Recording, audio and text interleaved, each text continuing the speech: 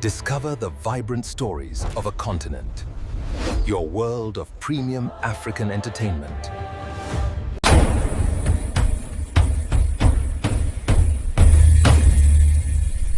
This is the story of how Alaafin Adeniran Adeyemi II was shamefully dethroned and banished from Oyo Kingdom by Obafemi Awolowo. Part 2: Conflict, Defiance, and Escalating Tensions, 1952 to 1953.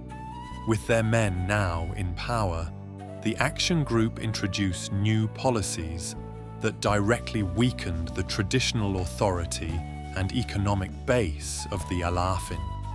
One major turning point was the 1952 Native Court reforms, led by the Bode Thomas-controlled Oyo Divisional Native Authority.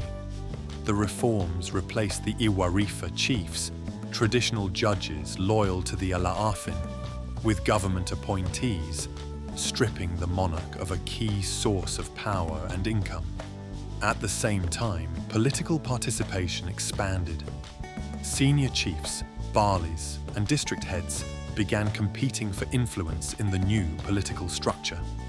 The Action Group government also introduced new taxes.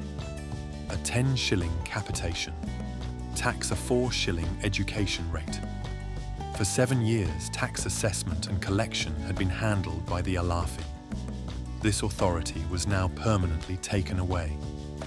Angered, the Alaafin withdrew his support from the Action Group and its affiliate, Egbe Omo Oduduwa, stating, "No sooner had power come into the hands of our highly sophisticated, ambitious African politicians, the reverse began to appear."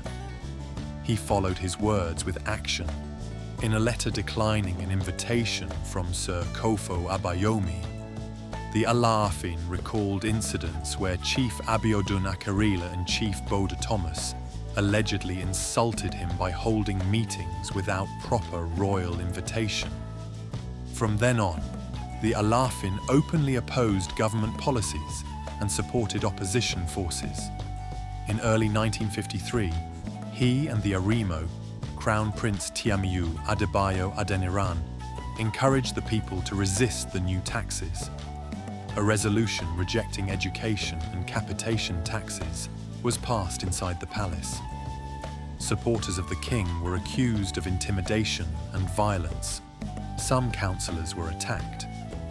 Bode Thomas later accused the Arimo of aggravated assault.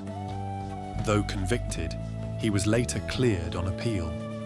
British official P.C. Lloyd noted that colonial reforms had weakened checks on powerful Obas. Awolowo shared this view, leading to the creation of the House of Chiefs, a move designed to restrain royal authority. The political Cold War intensified. By the end of 1953, the struggle was no longer just about taxes or reforms. It had become a battle of authority versus power, between an ancient throne that believed it ruled by divine tradition and a modern political movement determined to rule by law. The Alaafin stood defiant, refusing to bow to what he saw as political humiliation.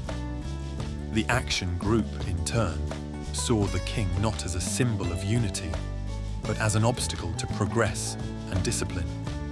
Trust had collapsed. Dialogue had failed. Every meeting became a provocation.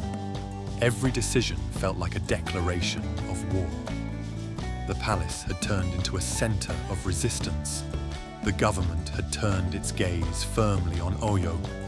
From this moment on, compromise was impossible. The machinery of the state was quietly being prepared. Files were opened, investigations were whispered about, and the fate of a king, once unthinkable, began to take shape behind closed doors.